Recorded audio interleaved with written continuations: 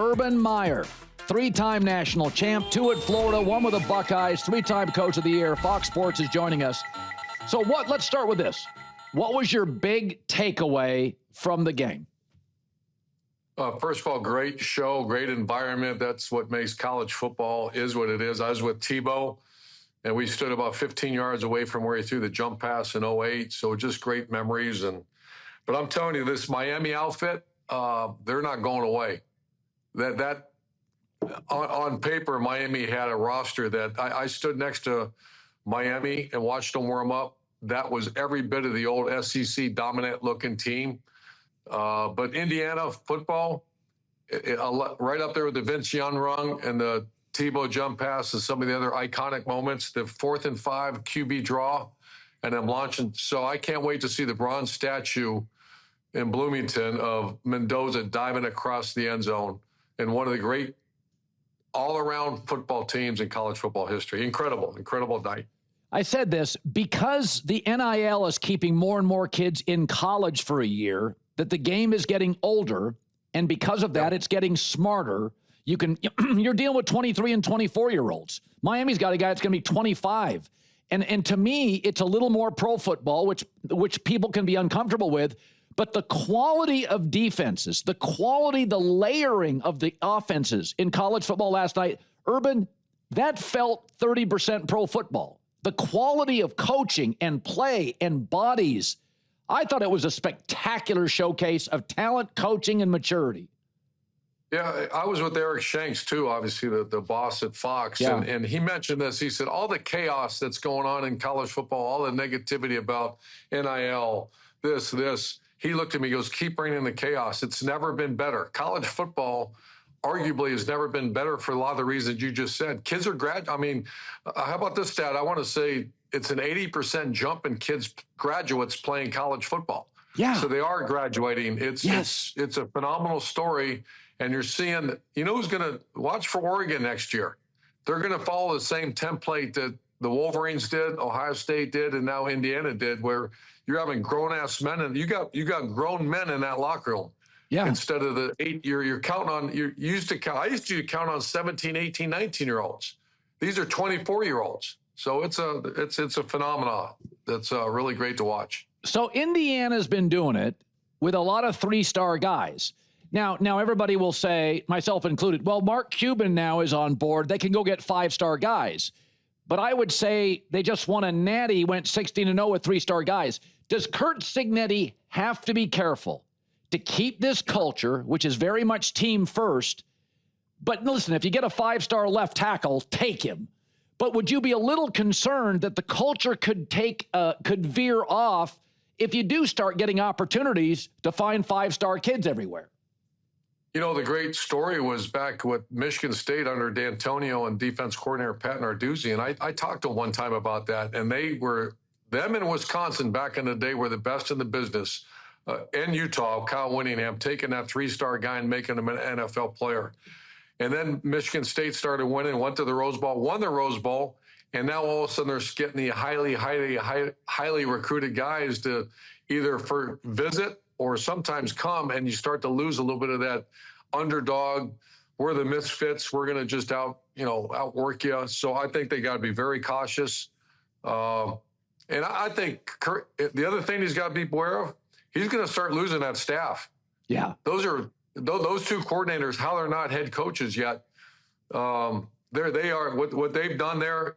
If there's ever more deserving of 2 coordinators that belong to be a head coach, it's Shanahan and Haynes, the 2 offensive defense coordinator in Indiana.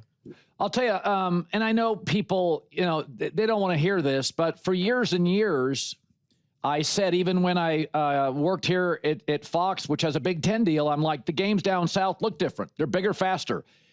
Well, Ohio State last year, Michigan the year before, Miami, the SEC doesn't look the same. Alabama and Georgia do not look the same. Ole Miss, with that offense and all that movement and creativity, that to me is the future of college football in the South. Can we now say definitively, and maybe the gap's not huge, but it does feel like Big Ten football.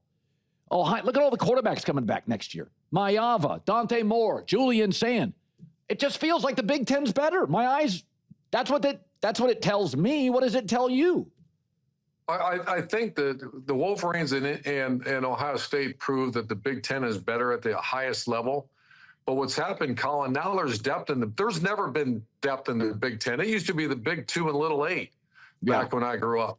Now all of a sudden you got Indiana, Oregon, and you're not even counting the Wisconsins and Michigan States who used to be very good. Penn State was down. The Wolverines were down. So, yeah, I think it's not only the top now, and this is actually so hard to believe, the depth of the Big Ten is greater than that of the SEC. Look how good Illinois was this year. Seriously. Yeah, they beat the hell out of, I think, Tennessee, and then Iowa beats Vanderbilt. Yeah, I think the shift, and I think Saban or someone said the reason is they're paying kids to go up north now. They are. What do you make of Fernando Mendoza? Is there any? I mean, you know what? He's got. How about this? He's got Tebow software, but Andrew Luck hardware. Is that he's got all the intangibles that Tebow had: humility and decency, and just this commitment to the game. But he's got a little Andrew Luck. He's just big, strong arm. I mean, who does he remind you of? I think Tebow in a lot of ways, just because I know the kid now. He was on our podcast. We covered him so much. I text with the guy all the time. He's the most respectful kid. He just reminds me of Tim. And then you watch him play, and he throws his body around. So I would say that here's what's interesting too, Colin, is that, mid-season, Todd McShay, myself, we just were talking and on air somewhere, and I think his podcast, we all felt he needed one more year. Because there was a time to start the season, he was okay. Yeah. Even mid-season, just okay. And then he went on a five-game run that made him a bunch of money to be the number one pick. He won the Heisman and now a national champion. He'll go down as one of the great stories. And I didn't believe he was ready to go to the NFL. I do now. What he's done the last 5 weeks, he's going to go to the Raiders, I'm sure, and they're going to try to build a franchise around the guy. And I would not bet against what I've witnessed and up close and got to know this guy. I would not bet against that cat now. Let's give Miami a little love. In that second half, Urban, they looked apart. Indiana was holding on for dear life in the second half. What did it feel like being there? Well, it was Miami had almost 300 yards offense, and they held Indiana to 155. It felt like a mismatch. It felt like Miami is going to win the national title. Yeah. But I'm sure Coach Cristobal is going to address this. They are a mistake team. Yeah. And they've been a mistake team all year. And you think about the offsides by Baines.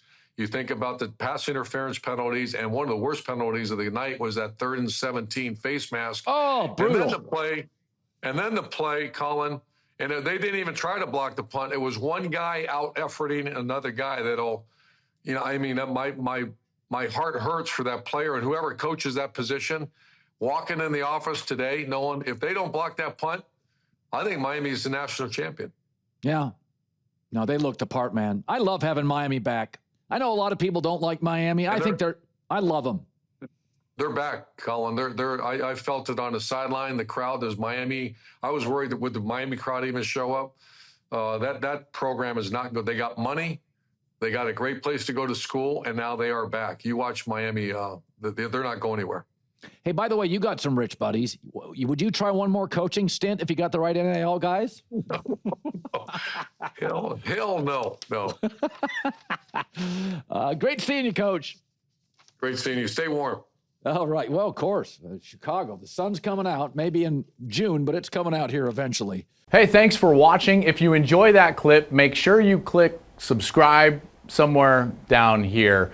From game highlights to exclusive interviews and rankings, we've got everything you need as a college football fan right here, College Football on Fox.